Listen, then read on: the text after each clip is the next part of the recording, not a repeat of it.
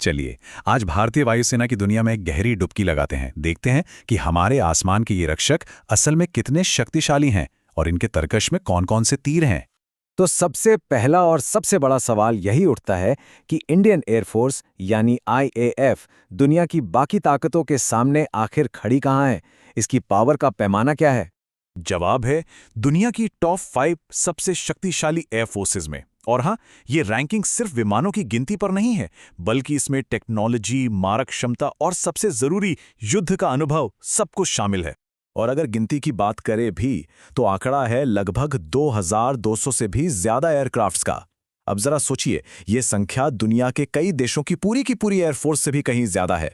तो चलिए अब बात करते हैं एयरफोर्स की उस नोक की जो सबसे तेज और सबसे धारदार होती है, यानी इसके फाइटर जेट्स जो किसी भी जंग में सबसे पहले एक्शन में आते हैं। और इस बेड़े की नींव, इसकी रीढ़ की हड्डी है सुखोई Su-30 MKI।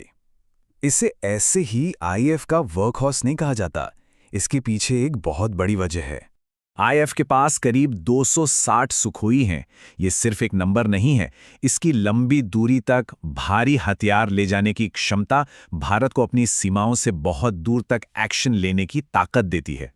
अच्छा, जहां सुखोई हमें नंबर्स में ताकत देता है, वहीं राफेल लाता है अत्याधुनिक टेक्नोलॉजी। ये विमान सही मायनों में एक गेम चेंजर है। आइए देखते हैं कैसे।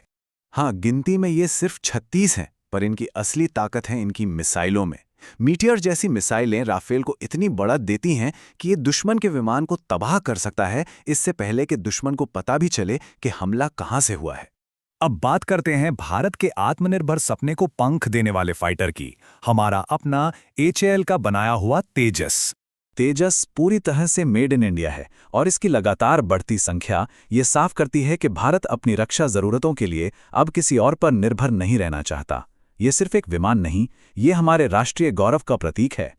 लेकिन रुकिए, बेड़ा यहीं खत्म नहीं होता। हमारे पास मिराज 2000 जैसा पुराना और भरोसेमंद साथी है, जिसने बालाकोट में अपनी प्रिसिजन साबित की थी। फिर है MiG-29 जो आसमान पर अपनी बादशाहत कायम रखता है, और जगुआर जो दुश्मन के इलाके में बहुत अंदर तक जाकर हमला करने की काबिलियत रखता है। देखिए, एक एयरफोर्स की ताकत सिर्फ फाइटर जेट से नहीं बनती, उसे जमीन और हवा में सपोर्ट देने के लिए एक मजबूत सिस्टम की भी जरूरत होती है। हमारे पास अपाचे जैसे खतरनाक अटैक हेलीकॉप्टर्स हैं, तो चिनोक जैसे हैवी लिफ्ट हेलीकॉप्टर्स भी। और सबसे खास बात यह है कि ये सियाचिन जैसी दुनिया की सबसे ऊंची और मुश्किल जगहों पर भी आसानी से काम कर सकते हैं। और ये जो बड़े बड़े विमान आप देख रहे हैं, ये सिर्फ सेना को एक जगह से दूसरी जगह नहीं ले जाते। C-17 और हरक्यूलिस जैसे विमान बाढ़ या भूकंप जैसी आपदाओं के वक्त राहत पहुंचाने में एक बहुत ही अहम भूमिका निभाते हैं। अब आते हैं आईएएफ की असली मारक क्षमता पर। ब्रह्मोस जो दुनिया की सबसे तेज सुपरसोनिक क्रूज मिसाइलों में से एक है, साथ ही अस्त्र और मीटियोर जैसी मिसाइलें, ये सब मिलकर आईएएफ को एक बेजोड़ ताकत देते हैं। अच्छा, हमला करना एक बात है, पर अपने आसमान को दुश्मन के हमले से बचाना भी उतना ही जरूरी है।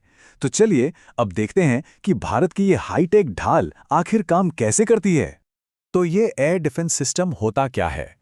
इसे ऐसे समझिए कि ये रडार और मिसाइलों का एक अदृश्य जाल है जो आसमान में आने वाले किसी भी खतरे को जमीन तक पहुंचने से पहले ही खत्म कर देता है। और इस ढाल के सबसे मजबूत हिस्से हैं S-400 जैसा दुनिया का एक बेहतरीन डिफेंस सिस्टम और हमारा अपना बनाया हुआ आकाश मिसाइल सिस्टम। इनके साथ ही अवॉक्स विमान आसमान से ही सब पर नजर रखते हैं और नेटवर्क सेंट्रिक वॉरफेयर इन सभी सिस्टम्स को आपस में जोड़कर कमांडर्स को लड़ाई की एक लाइव और पूरी तस्वीर देता है। देखिए, किसी भी सेना की असली ताकत सिर्फ उसके हथियारों में नहीं होती, बल्कि उसके तजुर्बे में होती है। और आईएएफ ने कई मौकों पर अपनी काबिलियत को साबित किया है।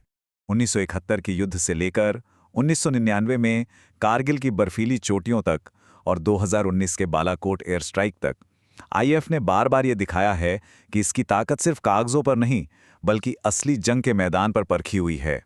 तो इस मजबूत वर्तमान के बाद भविष्य कैसा दिखता है? आने वाले समय के लिए आईएएफ की क्या तैयारी है? भविष्य की योजनाओं में सबसे आगे है तेजस का और भी एडवांस्ड वर्जन, AMCA यानी 5th जनरेशन का स्टेल्थ फाइटर जेट, जिसे रडार पर पकड़ना लगभग नामुमकिन होगा, और साथ ही ड्रोन टेक्नोलॉजी का बड़े पैमाने पर इस्तेमाल। साफ है, फोकस अब नेक्स्ट जेन टेक्नोलॉजी और आत्मनिर्भरता पर है। तो कुल मिलाकर तस्वीर ये बनती है कि भारतीय वायुसेना के पास एक बड़ा और शक्तिशाली फाइटर फ्लीट है, न्यूक्लियर हथियार ले जाने की क्षमता है, जबरदस्त मिसाइलें हैं, ऊंचाई पर लड़ने का बेजोड़ अनुभव है और भविष्य के लिए तेजी से मॉडर्न होने का एक बिल्कुल साफ रास्ता है। तो हम इस विश्लेषण को एक बड़े सवाल के साथ खत्म करते हैं। इतनी जबरदस्त ताकत के साथ भारतीय वायुसेना की भूमिका सिर्फ भारत की रक्षा तक ही सीमित नहीं रह जाती। तो सवाल यह है कि आने वाले समय में ये एशिया के शक्ति संतुलन को कैसे आकार